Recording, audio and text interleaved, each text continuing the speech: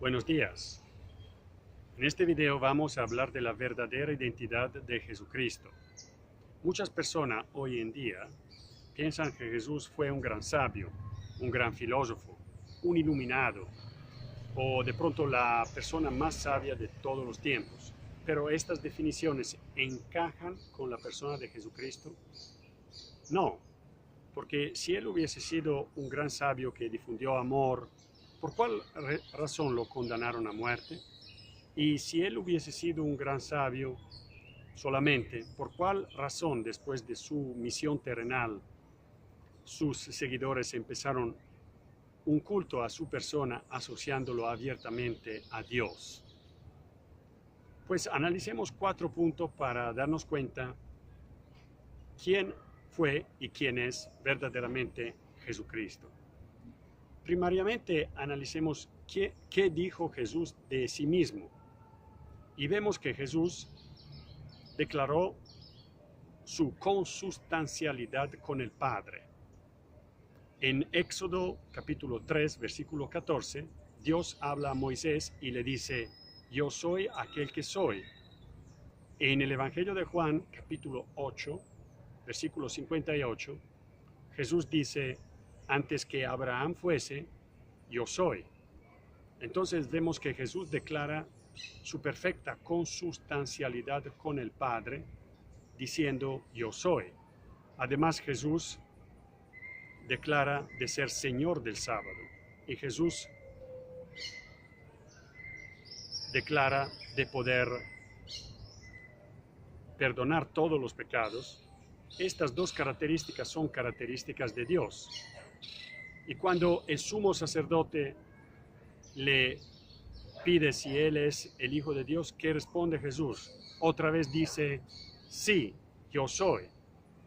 Y verán el Hijo del Hombre sentado a la diestra de la potencia de Dios y viniendo con las nubes del cielo. Por esta declaración justamente Jesús fue condenado a muerte, porque ellos no le creyeron y consideraron esta declaración blasfema.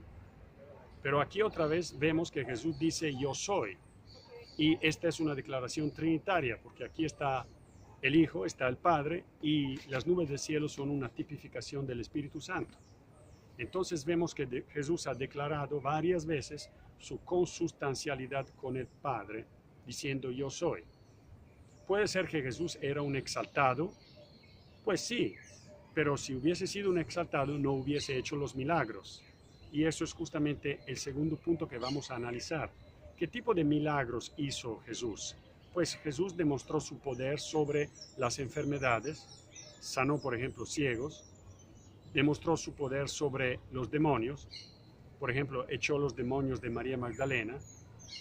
Jesús demostró su poder sobre las fuerzas de la naturaleza, por ejemplo calmó una tempestad, y Jesús demostró su poder sobre la muerte, por ejemplo cuando resucitó a Lázaro.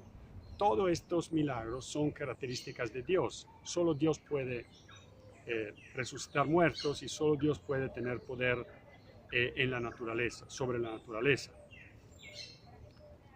Ahora analizamos el tercer punto, la resurrección de Jesús.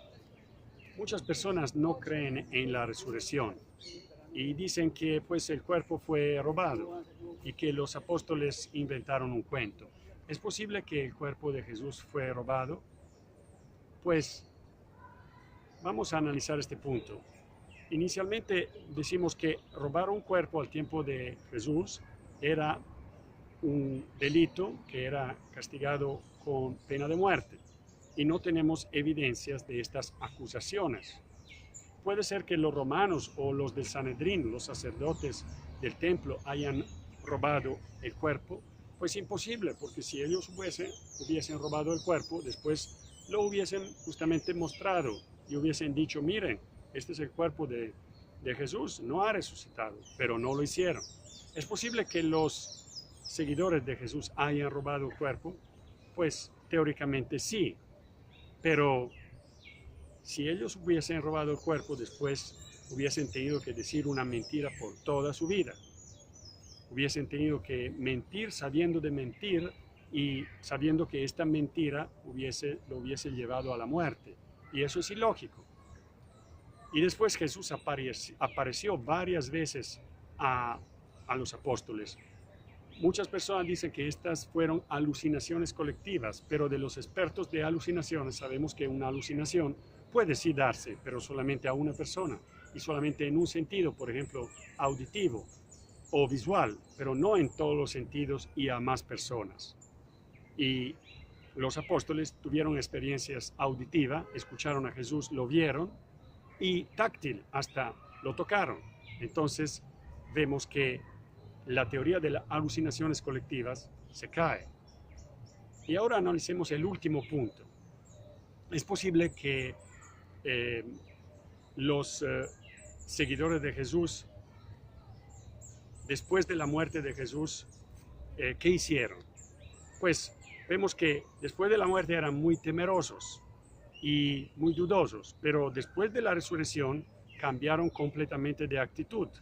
Empezaron a ser firmes, empezaron a proclamar el Evangelio con firmeza. Empezaron a decir que Jesús era el Hijo de Dios.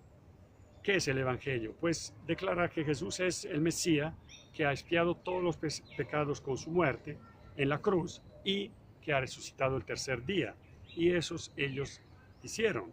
Prácticamente dijeron que Dios había cumplido con sus promesas, había enviado el Mesías y el Mesías había expiado todos los pecados. Este era el Evangelio, o sea, la buena noticia. Y los seguidores de Jesús empezaron el culto a Jesús, empezando una nueva iglesia, la iglesia de Cristo, y se reunían el domingo. Eso lo vemos de los Hechos de los Apóstoles, capítulo 20, versículo 7. Entonces, de este video vemos que Jesús ha declarado su consustancialidad con el Padre, ha hecho milagros que solamente Dios puede hacer, ha resucitado en la carne el tercer día, y después de su misión terrenal, los apóstoles han cambiado completamente su actitud difundiendo el Evangelio. Muchas gracias.